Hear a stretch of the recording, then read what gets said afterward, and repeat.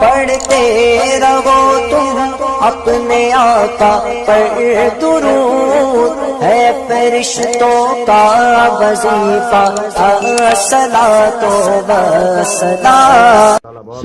Time زیادہ ہو گیا نہیں، موبائل دیکھ رہے ہیں تو گھبرا، اچھا نہیں برابر ٹائم برابر ہے ماشاءاللہ، گجرات میں برابر بولتے ہیں ماشاءاللہ، بہت اچھی بات ہے۔ اس بات کیا تقریر کا بھی ماحول بنا نہیں ہے، بنے گا بھی انشاءاللہ جی، لیکن زیادہ گفتگو نہیں کروں گا، آپ لوگ گھبرائے نہیں، بس مختصر باتیں کچھ ایسی ہو جائیں کہ جس مقصد کے لیے آپ نے بلایا ہے اور ہم آئے ہیں وہ مقصد پورا ہو جائے۔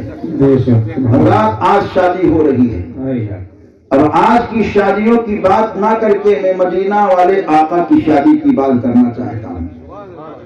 کہ دونوں عالم کے سرکار کی شادی کیسے ہوئی اور کس حال میں ہوئی۔ وہی مکے کی سرزمین ہے جہاں عورتوں کی کوئی قدر و قیمت نہیں ہے، بیواؤں کی کوئی قدر و قیمت نہیں ہے، بیٹیوں کی کوئی قدر و قیمت نہیں ہے۔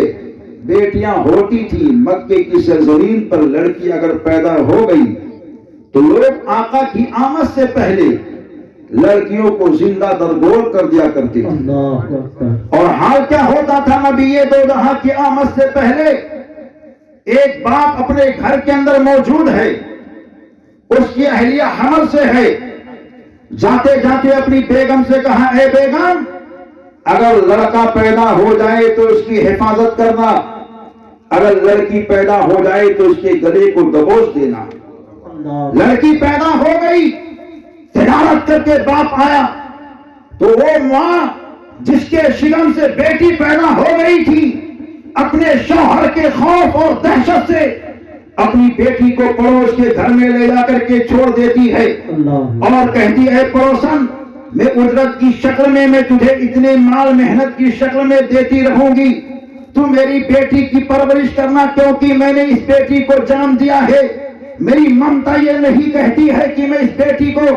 مار دوں، اس کو دنیا سے دور کر دوں۔ یہ ماں کی ممتا تھی، ماں نے اس انداز سے رکھا۔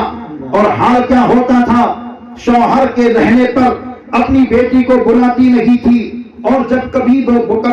بہت زیادہ یاد آ جاتی تھی تو اس بیٹی کو بلا کر کے دیکھ لیا کرتی تھی۔ شوہر بولتا، یہ کس کی بیٹی ہے؟ پڑوس کی ہوگی، دل کی خواہش تھی، میں نے بلا لی، اپنی بیٹی کی یاد آ گئی، میں نے اس کو دیکھ لیا ہے۔ شوہر بھی مطمئن ہو جاتا تھا۔ کچھ دنوں کے لمحات گزر گئے، عمر گزر چکے، مہینے اور سال گزر گئے۔ ایک دن وہ بیٹی آنگن میں کھیل رہی ہے، اور کھیلنے کی کیفیت کو دیکھ کر کے وہ باپ بیٹی کے حال و حال کو دیکھ کر کے کہتا ہے، یہ بیٹی کتنی حسین اور جمیل ہے، حسن کی ملکہ اس کے پاس موجود ہے، کاش ایسی بیٹی میرے پاس ہوتی تو میں اس کو دیکھتا۔ ماں نے سوچا یہ میرا شوہر ہے، بیٹی کی محبت اس کے دل میں آ گئی ہے، فوراً لب کو کھولتی ہے، اے میرے شوہر نامدار، یہ کسی اور کی بیٹی نہیں ہے، یہ آپ کی بیٹی ہے، جس کو میں نے پڑوس کے گھر میں کرائے پر پرورش کے لیے چھوڑ رکھا تھا۔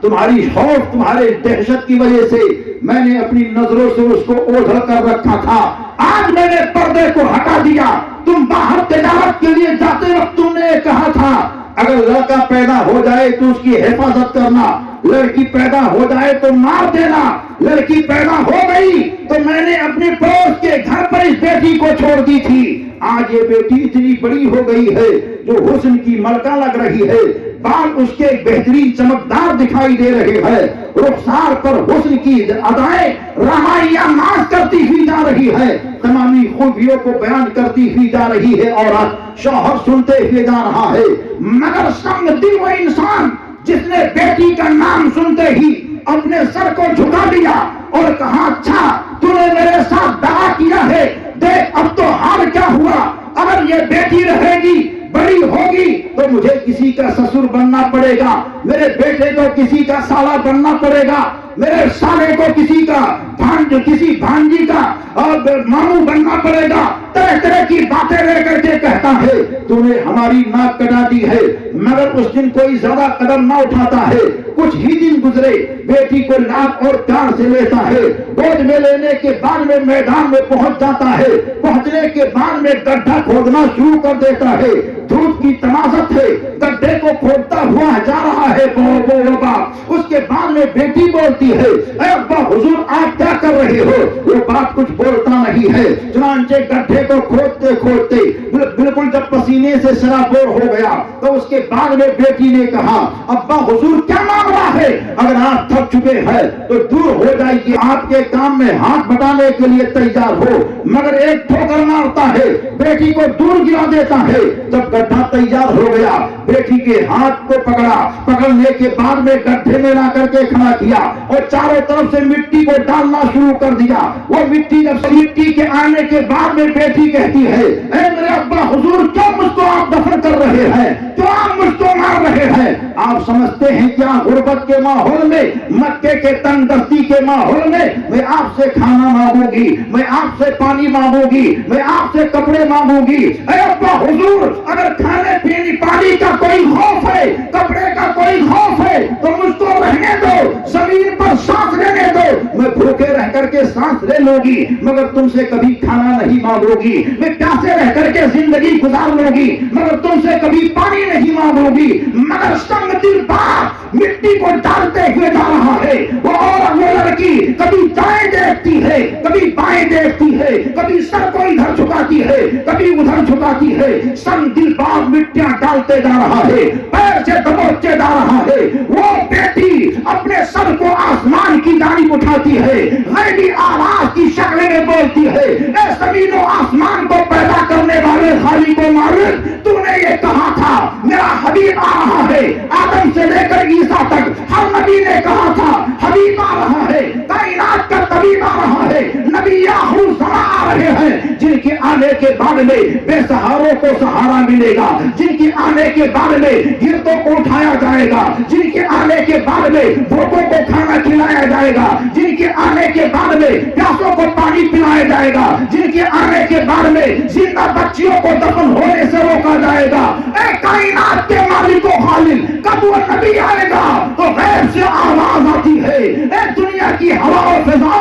سن لو، اب زمین پر زندہ بچیوں کو دفن نہیں کیا جائے گا، یہ آخری لمحہ ہے، اب اس کے بعد میں کوئی اور نہیں آئے گا، اب بچیوں کو سینے سے لگانے والا میرا حبیب کائنات کا طبیب بن کر کے آئے گا۔ سبحان اللہ، نعرہ تکبیر،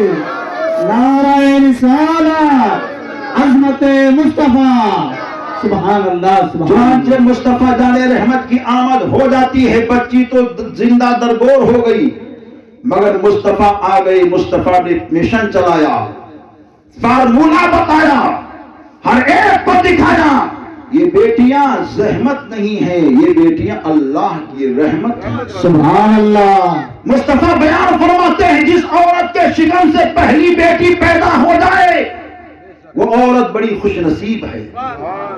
آقا بیان فرماتے ہیں اور باپ بڑا خوش نصیب ہے جس کے گھر کے اندر پہلی بیٹی آتی ہے۔ سبحان اور اللہ۔ نبی دو جہاں کے ارشاد کا مفہوم تو یہ ہے کہ کل میدان محشر میں ماں اور باپ کو جنت کے دروازے پر کھڑا کر دیا جائے گا اور کہا جائے گا جنت میں جاؤ۔ ماں کہے گی عمل ہمارے کوئی زیادہ نہیں تھے، باپ کہے گا ہمارے پاس عمل زیادہ نہیں تھے، تو آواز آئے گی تمہارے گھر پہلی بیٹی آئی تھی، اس نعمت کی خوشی میں اللہ نے تم کو پہلے جنت میں جانے کا حکم دے دیا۔ سبحان اللہ سبحان یہ اللہ۔ بیٹی ہے تو ماں باپ کے لیے جنت کا ذریعہ ہے، اور یہی بیٹی اگر بیوی بن جائے تو آقا بیان فرماتے ہیں شوہر کے لیے جنت کا ذریعہ ہے۔ سبحان اللہ۔ بیٹی بیوی بن جائے تو شوہر کے لیے جنت کا ذریعہ۔ مگر آج کی بیوی نہیں، آج کی کچھ بیویوں کی بات میں آپ سے کیا کہوں،